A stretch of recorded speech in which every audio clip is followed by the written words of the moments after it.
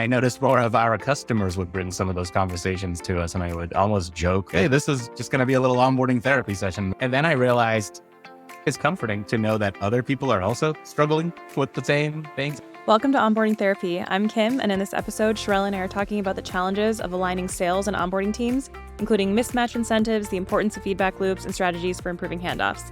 Let's get into it. Do you feel like there's something that people talk to you about or have been talking to you about recently? Yeah. Last week, there was a few venting just about like sales handoff. The classic, I didn't get everything I needed and now I can't support this customer. And part of it is, I think it's easy to just blame sales and say, oh, this was a bad handoff or bad process. But I think it's far deeper than that. And it does sometimes feel like there's just two sides and it's us against them. And I think that is the problem and why things don't tend to get fixed. And what takes the biggest hit in that is the customer experience at the end of the day, because like you and I will have to figure it out internally at some, whether we want to or not as individuals, like leaders or managers or goals or something will force that function to be better. But if you can do that proactively and work on that internally and build that bridge a little bit better between sales and success or sales and anything that comes after it, I think the ultimate biggest value is that customer experience remains intact. And historically, we've seen a lot of like in marketing and sales, you tend to wine and dine prospects, and maybe not physically, but sometimes even physically, like actually wine and dine them. And I've heard this a lot in onboarding, especially as they come from this experience of being made to feel very special and like being heard on every call and being the center of attention. You're being followed up with all the time and being reached out to. And then oftentimes it feels like you're then just thrown over the whatever finish line, if you will. And it's like, all right, good luck, Kim, figure it out. Or good luck, Sherelle. This is on your plate now. If you don't have all the information you need on that post-sales side, then it's easy to blame the sales team or blame the process or blame the whatever the lack of information there is. And the reality is you still have to do your job and you still have to support that customer and get them onboarded and figured out. And when I say like the customer takes a hit in that, sometimes it's what that looks like is then I have to ask you the same questions that you've probably already answered 5 times now through this sales process or through some marketing forms. And instead, the better kind of approach, or not instead, but a way to alleviate some of that is to actually have better internal collaboration and feedback and put that all under the kind of bucket of we are doing this to serve the customer. And I'm not blaming you as an individual and you're not blaming. The same thing goes the other way. Onboarding and success drop the ball too. It's not pointing fingers at sales. And then you can frustrate a sales rep who now might be losing their commission check because you didn't onboard them well or you didn't get them to activate soon enough. And that is going to happen no matter what, but it's finding those moments and finding opportunity to kind of bridge that gap. But I've been hearing a lot of that from our own customers and my own experience in past worlds too, of that's frustrating. I wish the person did that, or I wish they'd filled out this property, or I don't know why they didn't give me that information, or can't believe the customer didn't know the feature does this and doesn't do that, right? And the reality is also have some grace for your partners internally on the sales side and on the marketing side, because their jobs are equally as hard. And you can't go into every single feature and every use case and every detail of any product or service. That's what onboarding is for. It's not supposed to happen in every single detail in a demo or in a sales prospecting type call. That is the theme that I hear most commonly about. And I do think that's where products like Arrows actually are designed to help and improve that. And you've heard me say this, and I tell our customers this, but if you use Arrows or products like it, it should force some CRM hygiene on your company. And that often is where some of that resistance comes from. Because now I might be asking you to fill out a property you didn't have to before, or take an extra step to think about who to share this plan with, or how to customize this task, or how to make it unique to this individual. And you're used to just maybe firing it off and saying, all right, good luck, Kim, how about it? But taking some of those intentional like steps to figure out, okay, how does this impact the customer? What does it mean when I'm frustrated with our handoff being bad? What does that actually mean? What are the impacts of that? What does that look and feel like for the customer's side? And if you can agree on that needing to be better, it takes some of that personal feeling out of it. But nonetheless, it is challenging. It is frustrating.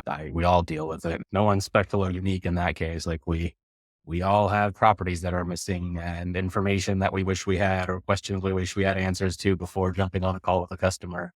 And I'm very guilty of this. Most CSMs are guilty of this on the CS side too. Like we don't always remember to put every single note or every single clip from every single call in.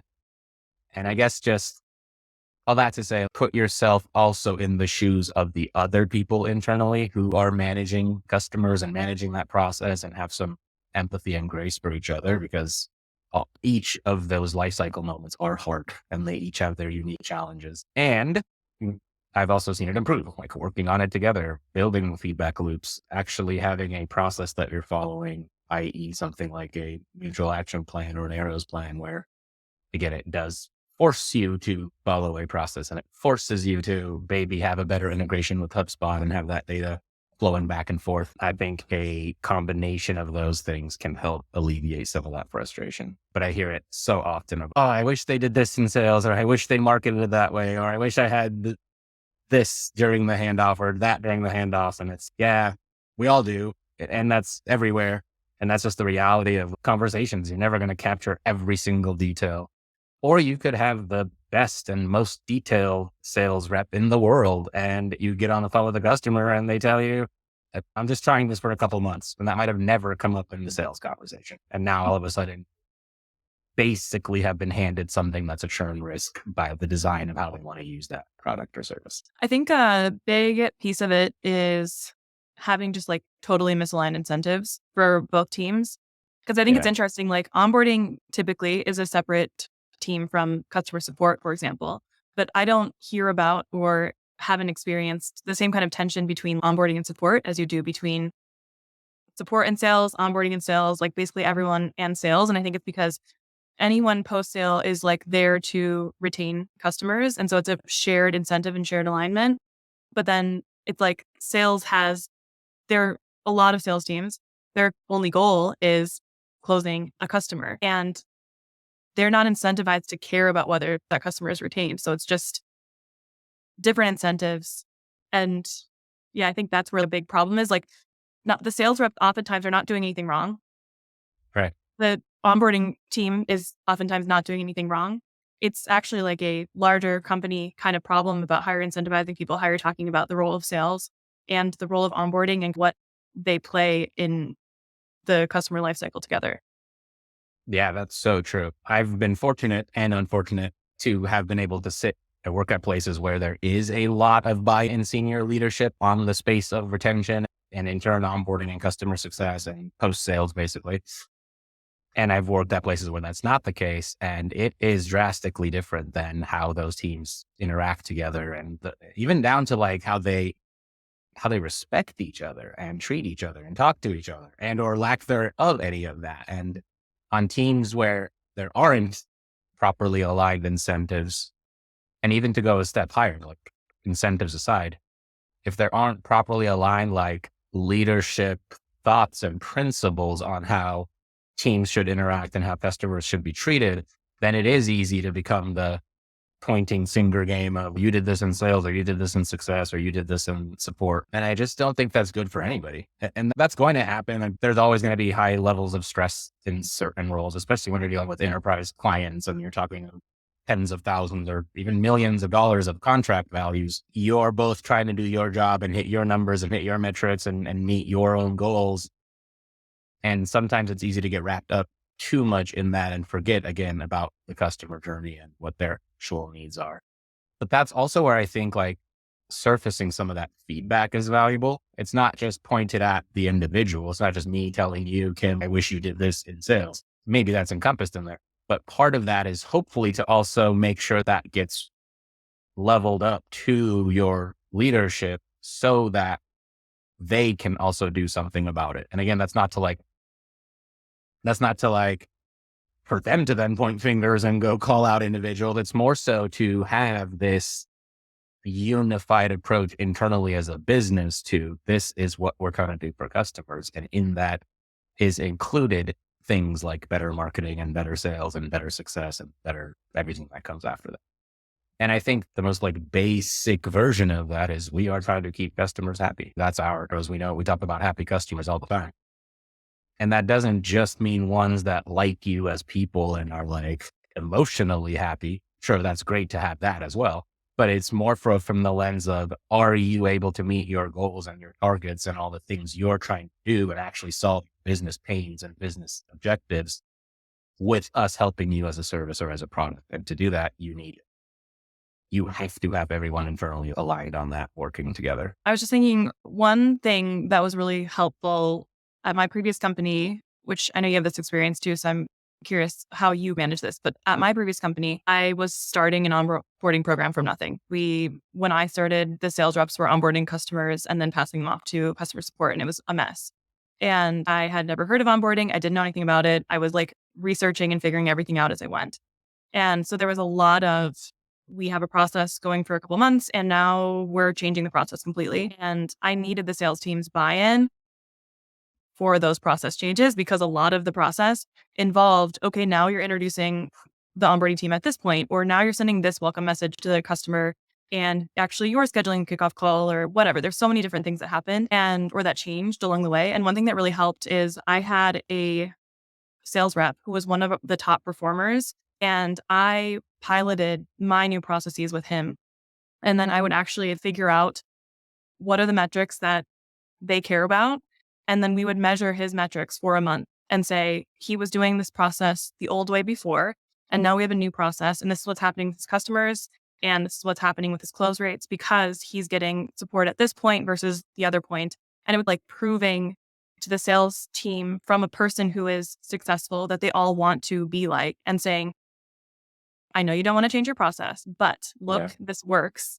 And then also you have that like champion from the sales team who is saying, yeah, guys, this works. Trust me, do this process.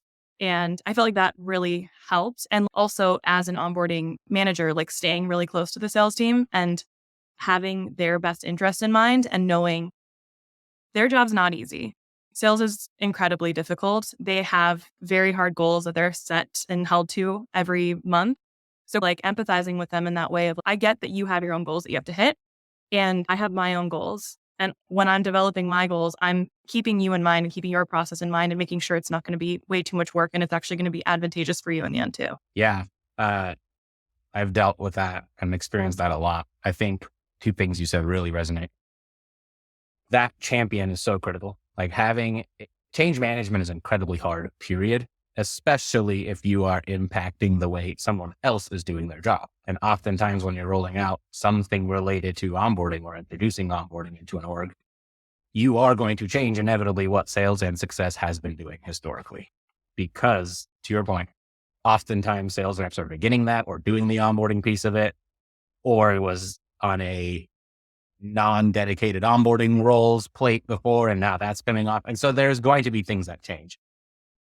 But I have always done what you've said too, is one, just keep a close relationship with all of your sales reps and managers, regardless of the level of role I've been in. That has always been true because I understand how much easier my life could actually be if your life is easier as a salesman. And so it is 100% about what are your goals and how do we do that together? And if your goals are to close more customers and my goals are to keep them around, I would rather you close better customers from the get-go. So if I can give you even the slightest bit of feedback that makes it better for you, that's how I want to start and lead with. Because if that's the case, then I'm assuming likely you're going to bring in better deals and better fit deals and better customers and have a better working relationship with me. And so that should make in turn our future life easier. But again, when I say yours and mine, really what we should be thinking about is like the customer and the business goals. And yes, we all have individual goals. You should think about them. You should want to hit your numbers and your metrics and KPIs. But if you can take it one level higher and find that alignment, at least on, even if I disagree with you as a person and our customers still need XYZ, let's figure out how to do that together. I think that's crucial. And I think I was managing a rep one time and they were frustrated about something, some handoff or some sale thing. And they made a comment of, like something along the lines of, I'm so sick of this sales rep. Their job is so easy and they get paid so much more money than me. And they just cash out these commission checks and they're passing for this like crap deal. And it wasn't true at all. Like it was obviously coming from a place of frustration. They didn't really have a sense of how hard that person's job was. And so I actually went and sat with that sales rep and I said, "Hey, would you be open to letting so and so shadow you for a few calls? Just to let's take one deal from start to finish and go through that process. Just to give you a taste of what it looks like for the person on my team." So I went and sat with her and was like, "Hey, so and so is open to letting you do this. I think it would be valuable for you too." And I positioned it to them as, go learn the process and come back with maybe what you would change or what feedback. Like you can't have that strong of opinion without actually knowing what is happening in all of those steps. And to that person, to be fair, the perception was what they were saying. That sales rep often wasn't around. They often weren't in the office. They did seem like they were easier or doing things more easily. And the reality actually was that they were really good at their jobs. Like they were really good at sales. They were on top of their numbers and on top of their emails and on top of their follow-ups. And they were like one of the better sales reps, metrics wise, and just like professionalism wise. And so it was really nice and validating to have that onboarding rep come back and essentially say, I was wrong. This is and sure, there was some feedback in there. There was things we could change, but it was nice to open their eyes to that. And the same goes for onboarding. Whenever I've rolled out new programs at places, I've asked sales leaders up to C-level folks, you should sit on these calls and listen to what customers are saying and hear what's happening. But I've always tried to find that one champion who's either already hitting their numbers and wants to do more, or even that person on the sales team who maybe wants to be that next star. And can you work with them and partner with them and say, I'm rolling out this process. And I love what you said. Let's try it for a month and see, do your numbers improve? Do your metrics improve? And ultimately, does the customer experience and the business improve? Because if you can get one person, two people bought in on a process and on a change, it's so much more easy to roll that out to a broader team. To the point where like when I have run more established onboarding programs, I would never roll anything new out without having one or two people pilot it first in partnership with sales. Like, we're going to do this.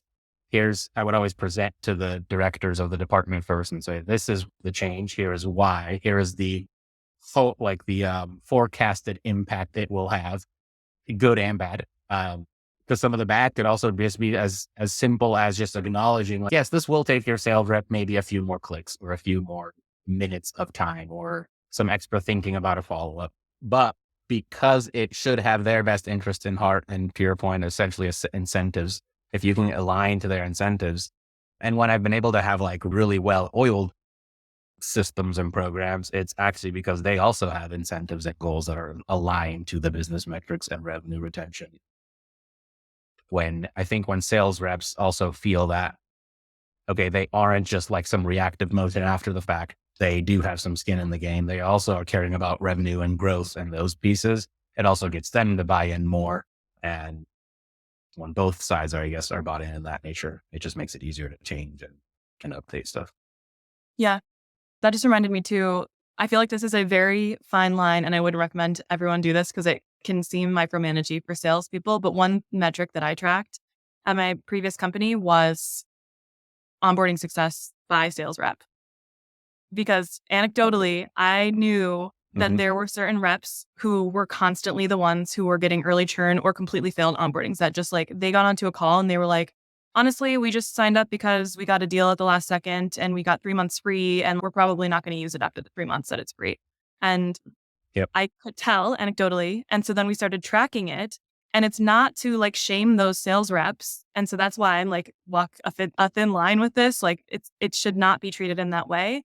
But you need to have the data to be able to share with management. Like, hey, there are certain reps who have customers that are just retained. Like they're doing something different in their calls that is setting their customers up for success during the sales process. And sales managers are not coaching on that. So that's not something that's going to be identified to help new reps or low performing reps understand. And so I think it is a metric that should be used with sales management to understand what is working. What are the sales reps that are having customers that are churning early 80% of the time? What are they saying, or what could they say to improve that customer retention? And again, back to your point, that is a business goal. It doesn't yes, failed onboardings matter for an onboarding team, but that's a business goal. And actually, like when you're selling a new customer and you are getting credit for a quota that you hit, but then they actually never pay and never get onboarded, that's horrible for your business. And so it's something that everyone should care about. And I think it's tricky, so necessary to track. Yeah, it is a fine line. You're right. And I also don't actually think it's the responsibility of the sales manager to have to dig into that kind of numbers. Like it is and it isn't, but you're the person in charge then of onboarding or even as an individual rep. And I talk about this in onboarding too. If you take a process and you put a plan in front of a customer, you put it in front of 10 customers and 9 of them get stuck on the same task, that's a bad task. Like you have to fix that task. There's something wrong with that task and that's your fault.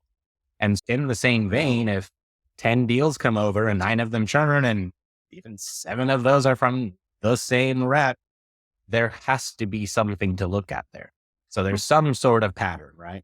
And it doesn't have to start as like just straight up finger pointing, even though it can feel that way. But if you also then present other themes or other patterns that you've seen, and sure, if the only pattern is just like Kim is the sole theme here and she keeps telling deals that churn on week 2, then yeah, we're pointing fingers at some point. But often there are other things and other patterns and other lessons in there too.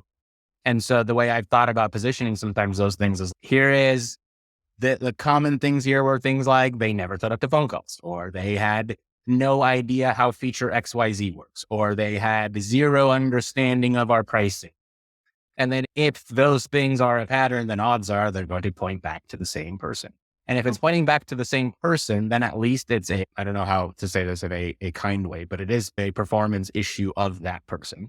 And that in and of itself might be an opportunity for feedback that can, depending on your comfort level and organization setup to allow it. But that might just be me reaching out to you and saying, hey, there's something going on. I've noticed X number of deals and I assume you're incentivized on retention and wanting to keep these customers as well. Here's what I'm seeing. If that doesn't land well, or there isn't that level of comfort there, then that's something you should take to your manager and have them go talk to the sales manager. And again, if you're doing this regularly, it shouldn't feel like finger pointing. If you're having a monthly check-in with your sales counterparts or sales leaders, it can feel less like finger pointing and put it all under the umbrella of we are trying to improve this process because we see patterns and because we see churn, and it seems to be pointing back to these 3 reasons. And one of those reasons happens to be an individual involved. And the same thing is said about onboarding too.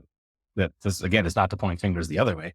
If I have an onboarding rep whose customers keep churning, I'm also investigating that piece and asking, what are you doing on calls? What are you doing in follow-up? What are you saying? Maybe the sales rep might be crushing it and giving them all the right information, and then you are butchering it on the onboarding side.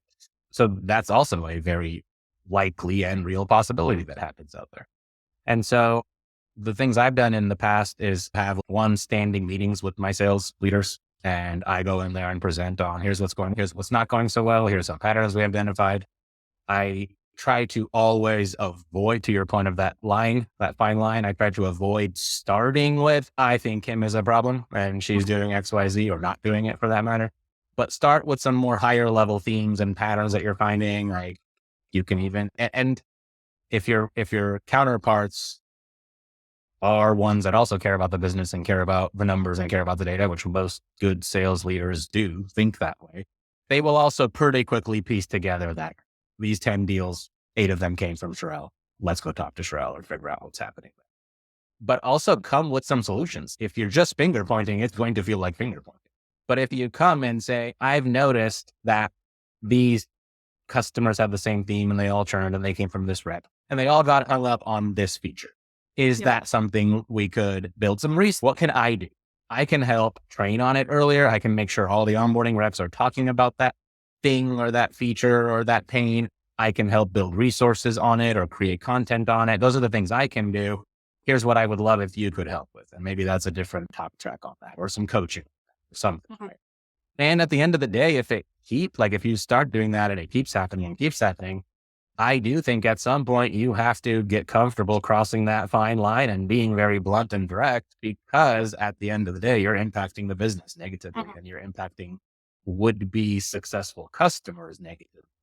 And you're always, no one's perfect. You're always going to have ones that slip through the crack, or you could have the most detailed sales page and the customer still shows up and just doesn't get it. Or you could have the best laid out onboarding process. I touch on every single point and a customer will still misuse the product or misconstrue the value and make things up and churn anyway. But what are you doing and what are your parts and how can you make it actually feel like a partnership internally and not just finger pointing? I think that goes a long ways for most people. And then you're always going to have some tougher situations or tougher individuals to work with, but that's just the reality of life. Yeah. Yeah. One thing that was done before I even got there, but one thing that happened at my previous company too, is I think the existing customer success team was finding that there were certain features that customers were completely misunderstanding, and they would get in and be shocked. And it was a hard conversation for the CSMs to have. And so what they did is they implemented monthly, or maybe might have even been weekly, like every Tuesday morning, they did a product training with the sales team, and it was mandatory for sales rep to attend. It was 30 minutes.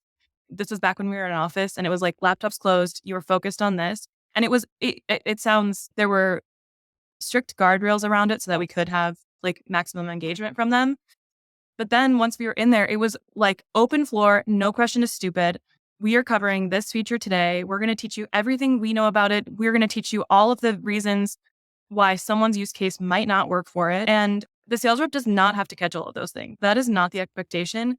But I feel like it gave them more of a feeling of they have control of making sure their customers are going to be successful too. I think it's hard for them to prioritize going that deep with the product on a day-to-day basis unless it's carved out for them. And yeah, I think it was really helpful. And it's a way to, again, collaborate with your sales team in a way that's not like pushy or, hey, you guys are doing a bad job. It's, hey, we want to show you and teach you some of the things that are happening right now.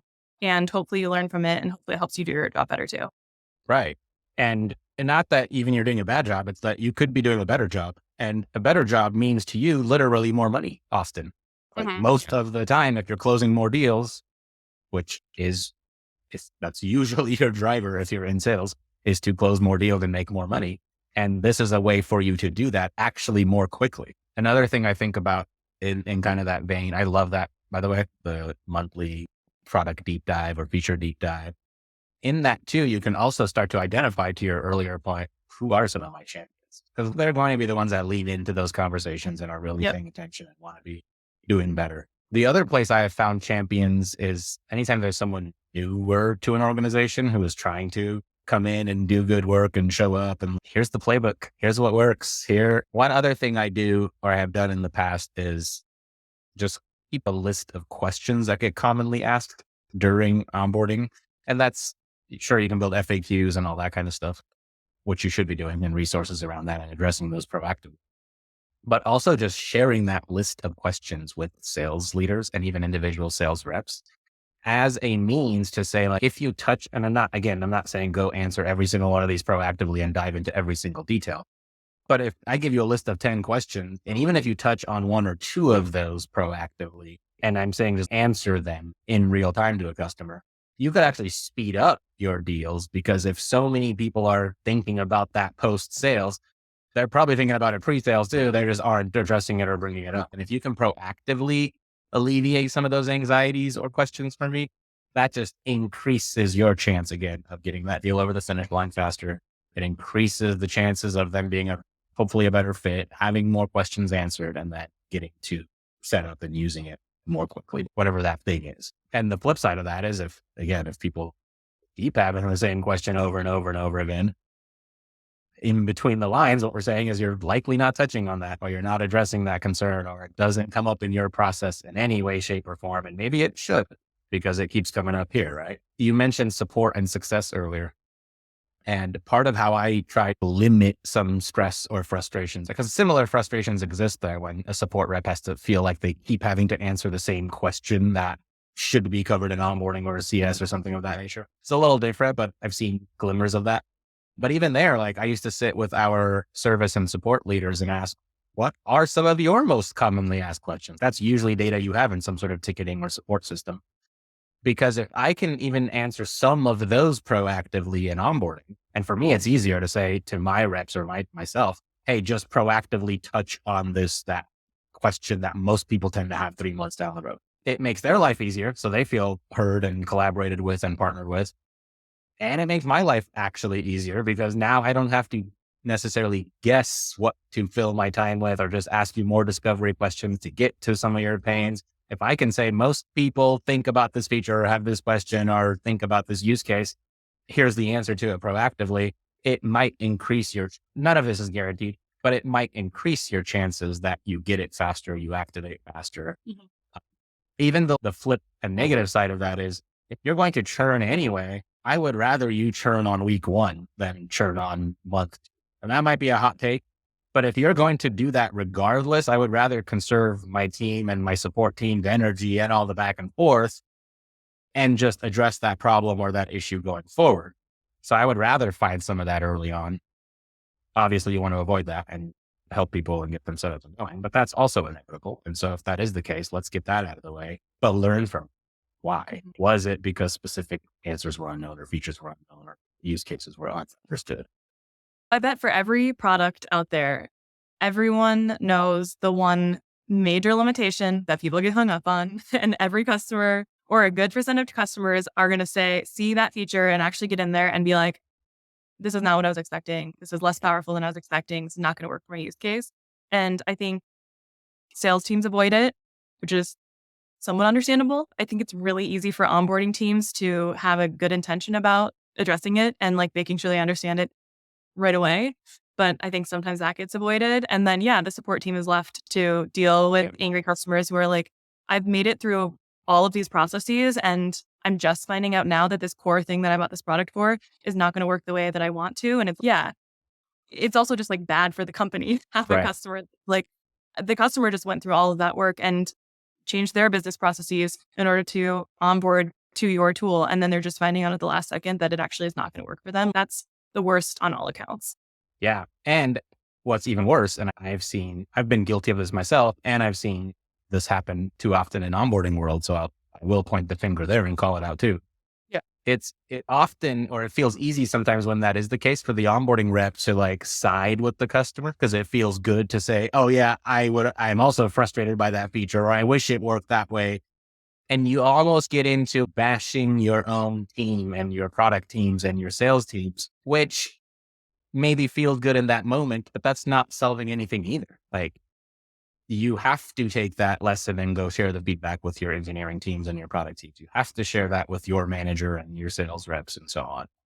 Because just like there is something to be said, and maybe this is some of the premise of onboarding therapy is that we get together and vent and complain and we have similar frustrations. And that's not all I can do. And if I'm just doing that for every single customer, I'm part of the problem. I'm also not fixing anything or helping anything. And more customers are just going to keep running into that scenario. And the ultimate impact isn't negative business. Like you're going to get customers that churn or frustrated or feel frustrated. And so if you are going to do that, and I do this myself, resonate, relate with the customer, have some empathy, understand that the feature maybe should work a different way. We have features and arrows where I feel that way about at times where I'm like, I wish it did this and I agree with you. And I'm going to share the feedback again, which also sometimes feels uncomfortable or feels like you're bothering your product teams or your engineering teams, or you're bothering the same sales rep over and over again. But it's necessary. It is how you all grow. It is also not unique to anybody. Like we literally all have the same challenges and the same problems. It doesn't matter how big you are, how small you are, how many people are supporting your teams.